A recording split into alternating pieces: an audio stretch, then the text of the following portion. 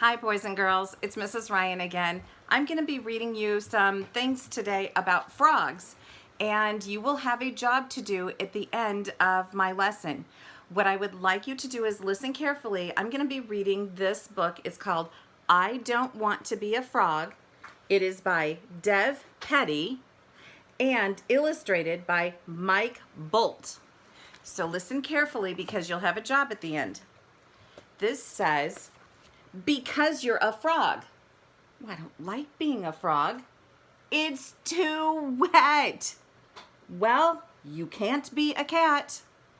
Okay, so what I would like you to do now is get a pencil and paper, so you'll have to pause the video, get a pencil and paper, and I would like you to write me a sentence about what this book is about. What do you mean you don't know what the book is about? I read this to you. I don't understand. Oh, that's right. This is a fiction book. And that means that you can't just pick the book up and start reading anywhere you want. Fiction means it is not real. So you have to start fiction books at the beginning and read them all the way to the end. Let me show you something. This book is called Frogs, and it is by National Geographic Kids.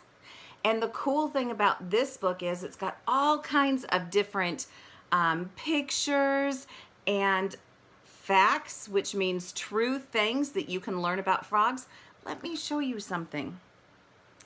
If we picked this book up right here and started reading, up here it says croak.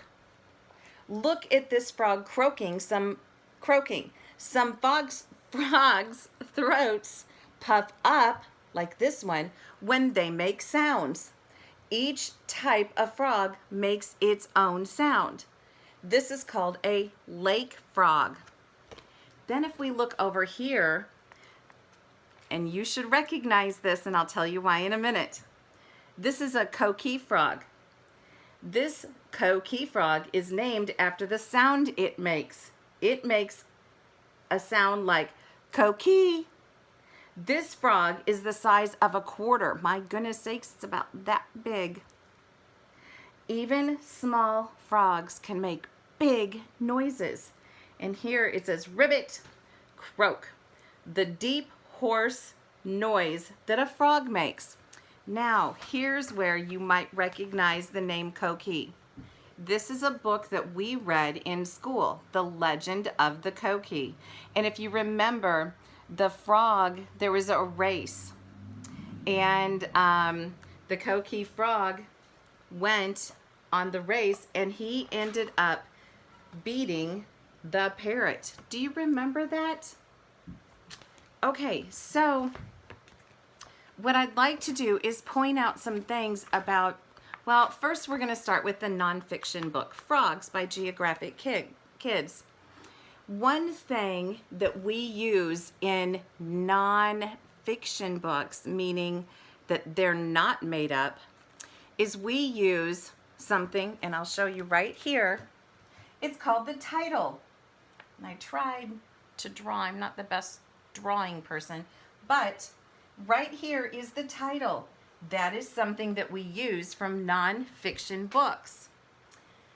So we will always have a title on the books, but right now, remember, we're talking about nonfiction books or informational text, and these are informational text features or things that you will find in books that give you information.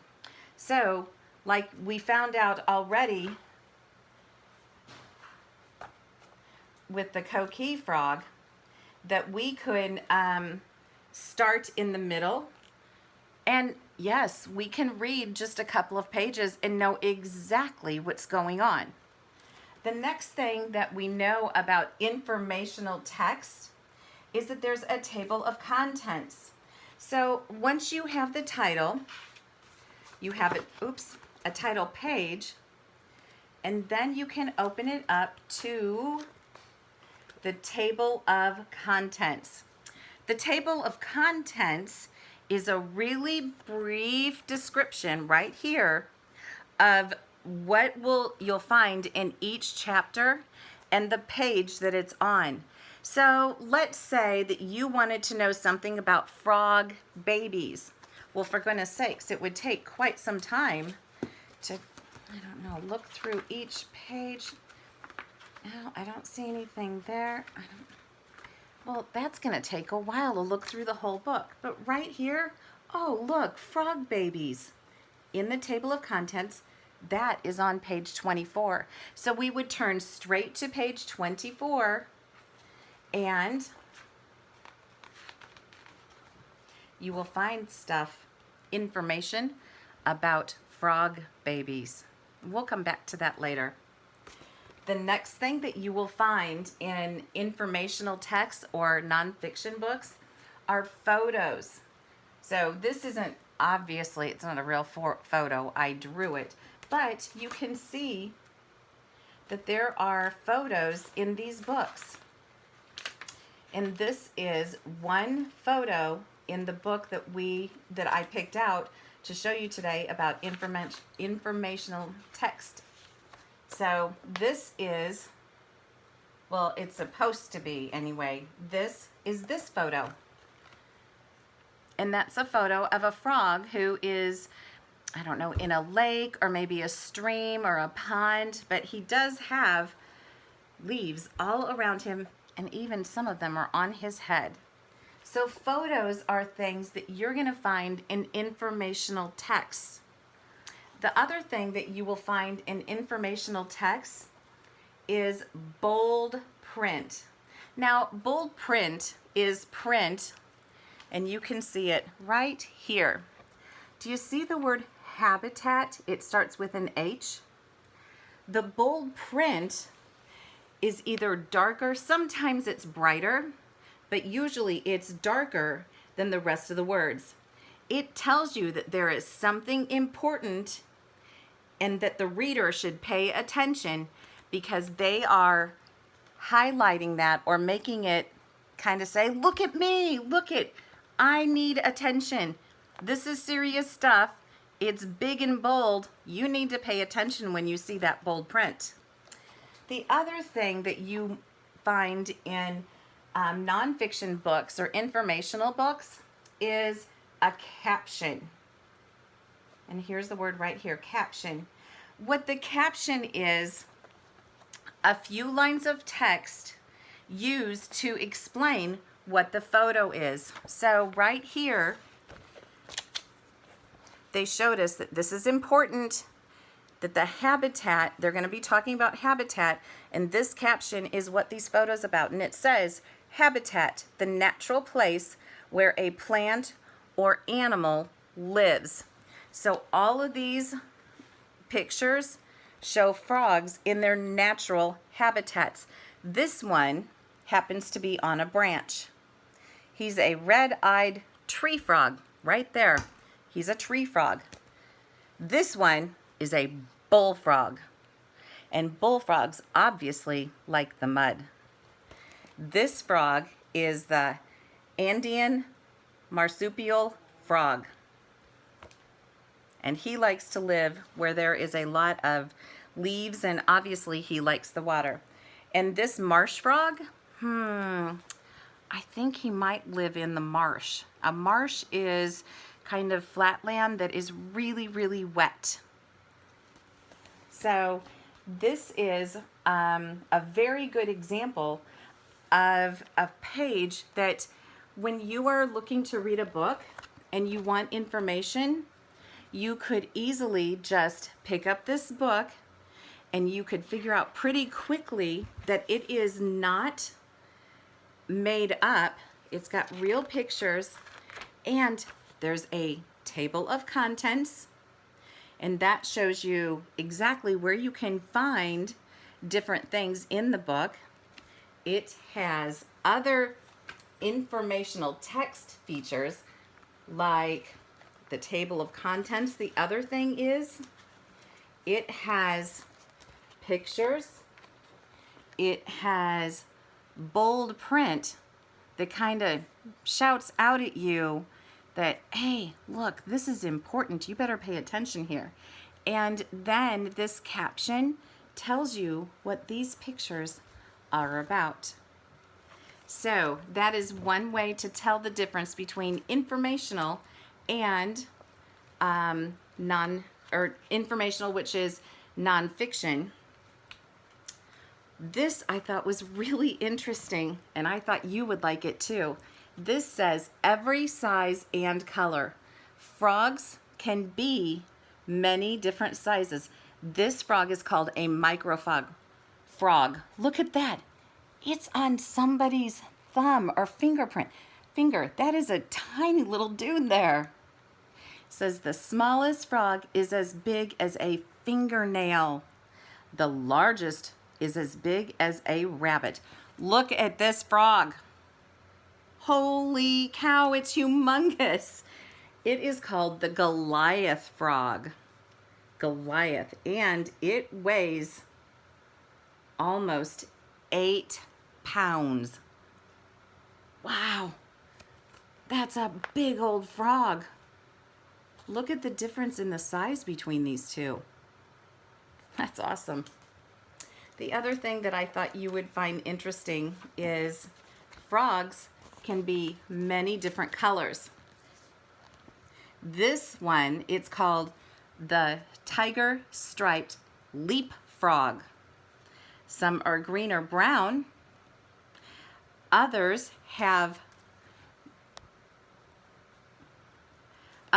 stripes or spots. Look at this guy. Oh, he's got both. And he's the Amazonian poison dart frog. Poison? I'd stay away from him. This one says frogs can be red, yellow, or orange, and this is the red poison dart frog. Oh, he looks like he'd be fun to chase around, but do not touch that little baby. And this one is the blue poison dart frog. Wow. These three must be of the same frog family because they're all poison dart frogs. This one is, it says they can even be bright blue. I thought that was really neat because we don't have frogs those colors around here. The last thing I'd like to show you in this book, and I had already showed it to you earlier, but I just thought you would kind of like to read a little bit more about it. Frog babies. So these are red-eyed tree frogs, and they are red-eyed tree frog babies. All frogs, even the terribilis, and that is, well, actually, I'll show you about that frog. It is this one right here. It's called the terribilis. It's an inch long, so it's about this long. Its name is terribilis, which means the the terrible one. How did it get this name? By being the most deadly frog of all. One terribilis has enough poison. This little guy that's only this big, about as long as your pinky maybe, or a little bit longer, it can kill 20,000 mice. Not good.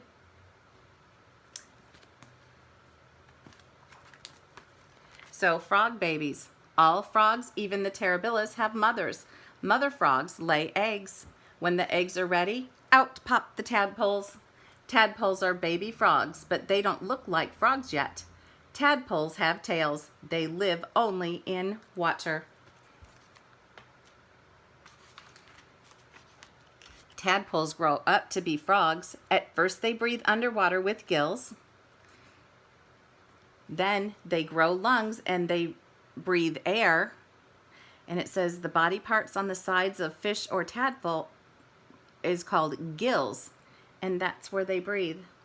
Eventually, they will grow legs for hopping and swimming, but if you look, they have legs and they still have a tail. And then, little tiny tail here. In 3 months, they lose their tails. It says it's time to hop out of the water. So there's a lot of cool stuff in informational texts or nonfiction books. So I think I think I'm going to have to save this book for next time because my time with you is up today. What I would like you to do is get out a piece of paper and a pencil, or you could use your journal in Seesaw, and I would like you to write one thing that you learned about frogs today. Or maybe you could write your favorite thing about frogs, or you could write a connection about a frog. Maybe you had a tadpole once and you got to watch it grow into a frog, or maybe you just found a frog on the side of the road and you helped it back to the water. But there's all kinds of different things that you can do with frogs, and I would like to hear about it. So until I see you again, I miss you and I cannot wait to see you again. Have a good day. Bye now.